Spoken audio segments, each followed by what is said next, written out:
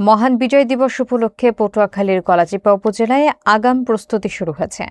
১৬ ডিসেম্বরকে সামনে রেখে কয়েকদিন আগে সরকারি দপ্তরগুলোতে বর্ণিল আলোকসজ্জা করা হয়েছে। সন্ধ্যার পর উপজেলা পরিষদ সহ গুরুত্বপূর্ণ স্থাপনাগুলো আলোর ঝলকানিতে আলোকিত হয়ে ওঠে।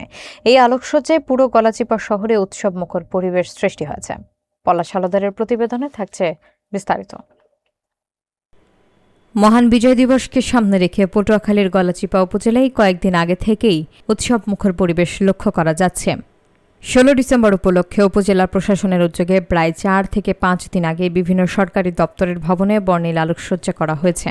সন্ধ্যা নামার সঙ্গে সঙ্গে উপজেলা পরিষদ ভবন, উপজেলা প্রশাসনের কার্যালয়, থানা, সরকারি হাসপাতাল সহ গুরুত্বপূর্ণ সরকারি স্থাপনাগুলো লাল সবুজের আলোয় ঝলমল করে ওঠে।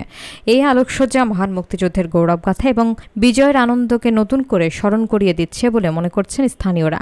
আলোকিত সরকারি ভবনগুলো গলাচিপা শহরের সার্বিক পরিবেশকে আরও প্রাণবন্ত করে তুলেছে এবং সাধারণ মানুষের মাঝেও দেশপ্রেম এবং আনন্দের অনুভূতি জাগিয়ে তুলেছে।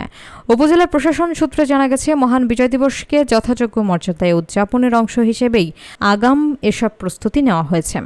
প্রশাসনের পক্ষ থেকে চালানো হয় এসব কর্মসূচির মাধ্যমে নতুন প্রজন্মের মাঝে মুক্তিযুদ্ধের চেতনা ছড়িয়ে দেওয়া এবং বিজয়ের তাৎপর্য তুলে ধরাই মূল লক্ষ্য।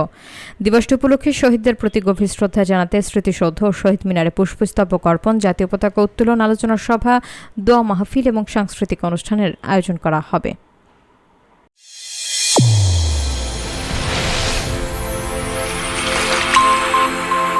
চ্যানেল A1 হৃদয়ের স্পন্দন।